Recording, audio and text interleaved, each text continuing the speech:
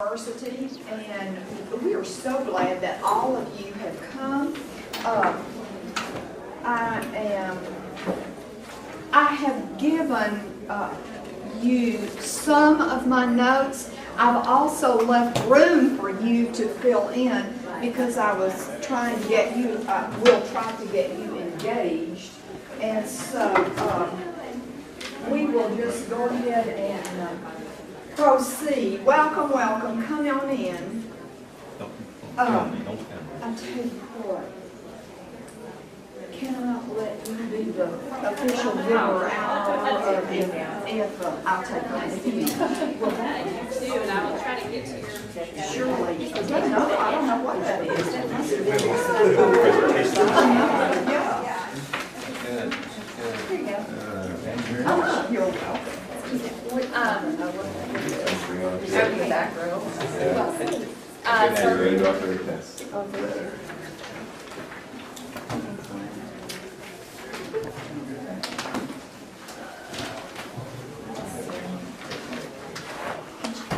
Well, again, welcome to our Excellence of Teaching Conference, and welcome to this session. I was trying to get.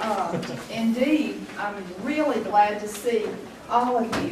One never knows who will or will not choose to come to a session, and so I'm just delighted that you're here. My name is Fredna Stuckey, and we're going to talk today about a prescription, a booster shot, if you will, for the writing, for student writing in your particular area, and then for professional presence for our students.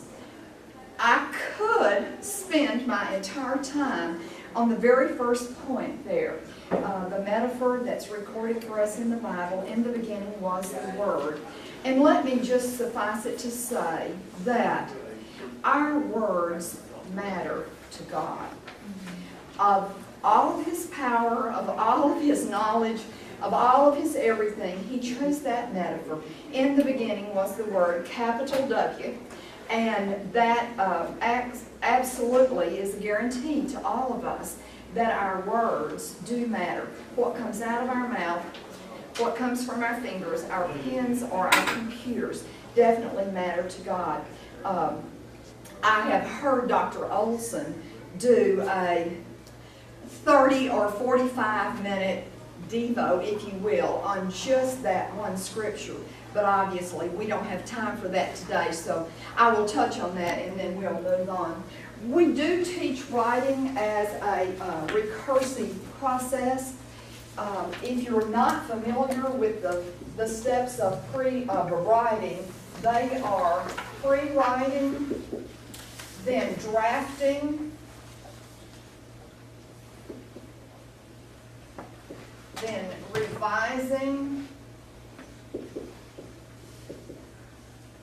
editing, and then this last one, and don't let this one scare you. Officially, it's called publishing, but all that really means is getting your writing to its intended audience. And you and I publish, if you will, a zillion times a day when we hit that send button, because we are getting that message to its intended audience. So, now I have put these up here, and I have numbered them, but that really is not a very good representation. If I were truly an artistic and a graphic person, I probably would have put those in some kind of a circle, because those steps are anything but linear. If you're a straightforward thinker, this does not fit that category. We say that it's recursive in that it loops back within itself. And I've used myself as a very, very good example. When I do any kind of pre-writing, and I normally do it on a computer, if I should make a typo, a spelling error, or whatever, I immediately correct it, which actually is way down here in editing, but I'm one of those that can't stand those little squiggly marks on the computer. And so we do not proceed down in order, and it's not ever a thing of, well, okay, I'm through drafting, or I'm through revising, and I can move on to the next step, because they absolutely, I told you, I pre-write, I edit, I may go back and do more pre-writing, then I probably will draft, but I probably will do some more editing in there if I make typos and so on. And then eventually I will get to the revising. Now, traditionally, students do not know the difference between revising and editing. Revising is manipulating content. You're concerned with what your sentence, what your paragraph, what your paper says. Editing is the fine points. I liken it to like the sprinkles on the icing on the cupcake. They add a lot of color. They're really important, you know, but it's, do I have the commas in the right places? Have I got all the words spelled correctly? Is this sentence structure working in this particular place? But the bottom line is, any of us can have a perfectly edited piece, but if the content isn't in there, we haven't accomplished anything. So content is always job one. And there are people who spend a great deal of time arguing over, is process more important than product, or so forth and so on. And my opinion on that is they are both important, because we definitely do teach writing process. We do have students who come to LeTu who are the perfect draft strategists. You know, one draft, they whip it out, and that's the way God gave it to me. It's it. It's perfect. So we do teach writing process, but it's very definitely a recursive process. Topic is a huge factor in student interest, in student participation, throwing themselves wholeheartedly into something. Generally, unless it is a specific learning exercise, for instance, if we are brushing up on our summary skills or our response skills or so on, in that case, I may have everyone work on the same piece. But other than that, I always try to use what I call umbrella topics. I will give some kind of a broad topic, and then allow the student to choose a facet that is of particular interest to him or her. My experience is that probably choosing the topic is the most important thing in terms of keeping the student engaged, keeping the interest up, and having the writing process being something other than a teeth grinding, when is this assignment ever going to be over kind of thing. If they have some leeway in choosing the topic, or choosing an aspect of the topic, it makes for a much better process. And another little hint is, it makes for a lot more interesting grading when you are not grading 25 versions of the same thing. That can get rather tedious. I see the teachers going like this. Definitely, it helps both the teacher and the student. So try to give broad topics, and then allow the student some leeway in choosing which direction that he or she will go. Sometimes I can remember having, as a student, received the topic, and I truly didn't have anything to say on the topic. I think the classic example of that is, you know, you're teaching in an inner city school somewhere, and the topic that you're supposed to write on is what I did last summer. Well, trust me, in the inner city, there may not be anything of much value there that you want to record on a piece of paper. So topic is absolutely, absolutely crucial. Now, the next thing that we need to think about is our stance.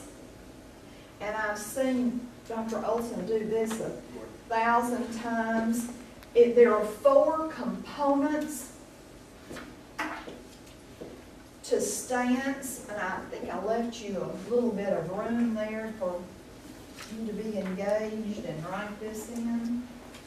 The student, the author, the writer, if you will, always needs to consider the aim. What is your purpose? What are you trying to do here? Are you trying to convince the world that X element is the most important one, or whatever? So this is your purpose. Obviously, we've already talked about topic or subject. This, in my humble estimation, these are all important, but this one is particularly critical. You need to figure out who your audience is, or who you envision your audience to be. And I could give you a very, very specific example of several years ago. I decided that I really needed to write some fiction. I'm not a huge fiction writer, and I decided, well, okay, not very well-rounded here, and so I need to do that. And so I had some time where I needed to, excuse me, stay inside and not be so active and whatnot. And so I sat down and began writing some fiction. And absolutely, it just kind of seemed to be going nowhere. And it wasn't until I considered, who am I writing this for? And when I zeroed in on, oh, I'm writing this for my granddaughter, the light bulb went on. And it changed my whole approach. And the piece of writing absolutely took off. So absolutely, think through audience. Come on in. Think through audience. Who do you imagine as being your audience? And you might have to use the word envision or imagine with students, because they usually cannot see beyond you, the teacher. I'm writing this to you to get you off my case, to get the grade in the grade book kind of thing. But by encouraging the students to think of a broader audience, you'll definitely make progress. Now, this simply means, what form is the writing going to take? Is it going to be an oral presentation? Is it going to be a bulletin board? Is it going to be a public service announcement on radio or TV? Is it going to be a formal paper for my professor? And definitely, all of these work together, but usually students in the classroom have less trouble with this, because most of them realize that it may be a paper, or it may be a paper with an oral presentation. And so students need to think about that very carefully when they're choosing their topic. And I could give you a really good example of that, of a young man in my Comp 2 class in the spring. I tried to reason with him about choosing his topic. He was a computer science major, and I didn't get anywhere with him. And he went full steam ahead, but he did admit in his oral presentation to the class that he did not choose his topic very wisely. He didn't consider his audience, because most of us were pretty lost when he was talking about C++ and Java and all those other things I don't even know anything about. So it does all work together, but audience is absolutely, absolutely critical. Okay, let's move quickly into the conferencing tips. Conferencing has tons to do with your rapport with your students. What works best for me is to kind of tiptoe in, if I go barging in and, you know, start laying down guidelines, okay, you have to have your pre-writing by Monday morning at 8 a.m. or whatever. And don't get me wrong, I do have deadlines, but I work kind of to get to the deadlines. And so I do a lot of touching base with my students. You know, I may before class just say, Randy, have you made any, have you had any bright ideas about what you're going to use? What about this idea that you had? Have you done any investigating of that? I try always not to ask any question that can be answered with yes and no, because I'm trying to pull the student out. Early on, I always keep it oral. I always try to keep it very informal, and that means, usually, not in my office with the two of us sitting in chairs with papers in front of us. Some students do not do very well with that at all, and so I always try to keep it very, very informal. And it's difficult, but sometimes I have to sit on my right hand, no pencil or pen. We're talking about it. This is the kind of the guiding stage. They still may be struggling with a topic, and that's okay too. In fact, I'm extremely practical.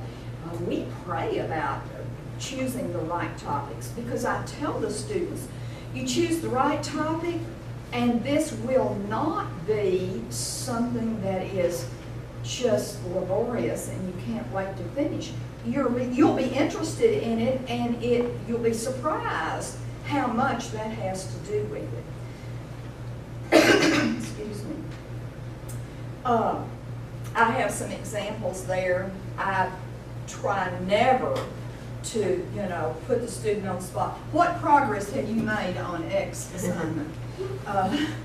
That is very combative to some students. So, you know, make it light and informal. You know, last night I was thinking about your interest in X and wondered if there could be some elements in Y subject that maybe we haven't considered.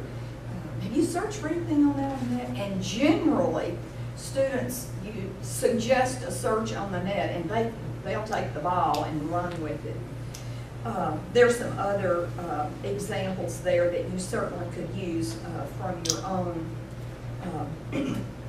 expertise and knowledge. The second conferencing stage is what I call the shaping stage. And we do have to get down, we do have to have something on paper. And so I always try to be in the classroom. In fact, I probably am known for the professor that's standing there at the door waiting for the person in front of me to get through so I can go in. I always like to be there early, touch base with students, and you know, wow, show me your notes. What sources have you got? I never have used that source. Is that a good one? You know, that kind of thing. Probably in the mid-process conferencing, you do probably need to sit down with the student and actually have a fairly concentrated conversation. You can do this before class, after class, if your classes aren't stacked, and I know I've been there a lot of times. I can't do that, you know, but I'll say, but after this next class I can try to set up. And again, if the Holy Spirit leads and so on, I'll do it in the classroom, I'll do it in the hall out here and the lounge furniture, as opposed to in my office kind of thing. Usually students are more at ease there.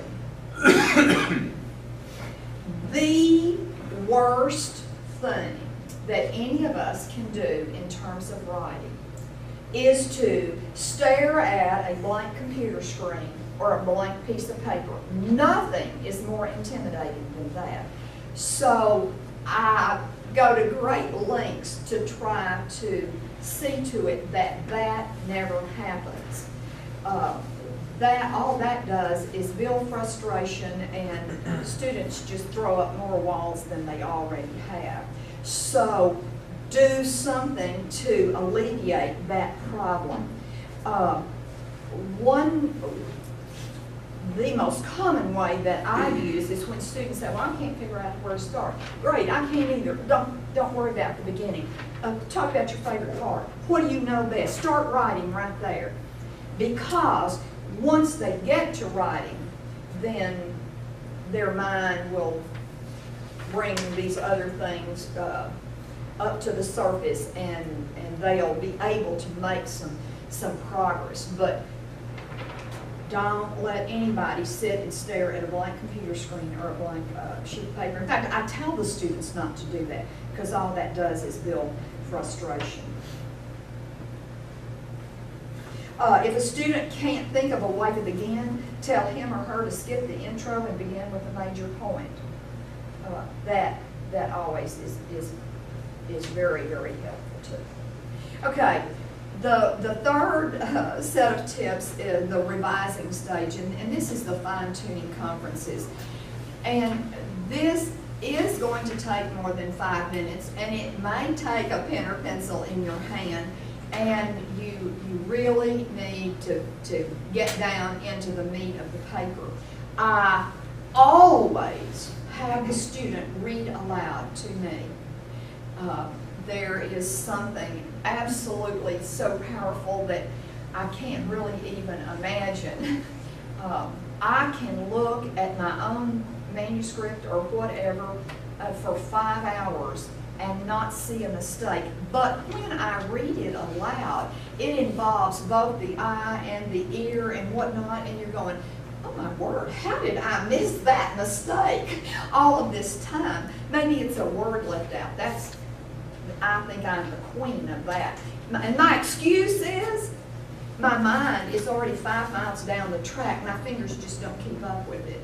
And so I leave out sometimes not words, but whole phrases and whatnot. And it's not until I read the words on the piece of paper or on the screen. And I obviously am kind of the old school, and so I definitely do a lot of hard copy. It's not real till I'm holding it in my hand. It's not real till I'm holding the hand. So anyway, you do need to have more than 5 minutes in a quiet place. The last 2 items, last 2 bullets there. By all means, if the paper is not going in what you think is the best direction, by all means, hey, you are the professor there. So definitely make your suggestions. It may be that by your making the suggestion, then the student will come up with another idea, and you can go from A to B to D over here, and it will be better. But the most important thing is that last bullet. Students must retain ownership of their paper. It must be their paper, despite all of my best intentions and so forth and so on. Okay, let's move quickly to the publishing thing. Publishing, getting the message to its intended audience is really a very, very fun part, and nothing will boost the writing program more than publication. We all have this thing, we like to see our work in print and so on. And so we have a wonderful opportunity here at LeTu University through the generosity of deans and support and whatnot. We do have a student magazine. We have had it at various times. We reinstituted it last year. The creative writing class pulls that together, but it is for all disciplines, and we are hoping to definitely bring in all of those other disciplines. The Student Success Conference is another wonderful way to get the message to its intended audience. Always think small. Students need that small, supportive atmosphere to get started, and then we can grow. Normally, beginning speakers do not address the Congress of the United States. I don't know, maybe they should, but anyway. They usually start small with their class, and then they move on to bigger and better things. There's one other idea that I'm going to mention, and I am going to sit down and be quiet. I have seen Dr. Olson do a fantastic job in partnering with students to write for major national and international publications. And I think I don't need to expand on what a boost that is to a student's resume to have that on there. And that definitely, I have not even touched on that today, but that is definitely something that you can do. And that, of course, is so supportive of that thing of the value added for coming to LeTourneau University. I mean, can you go to a state university and partner with a professor to publish? And yeah, right. So definitely that is a wonderful, wonderful thing. Quickly, while Ignacio's coming, do you have any questions you'd like to ask?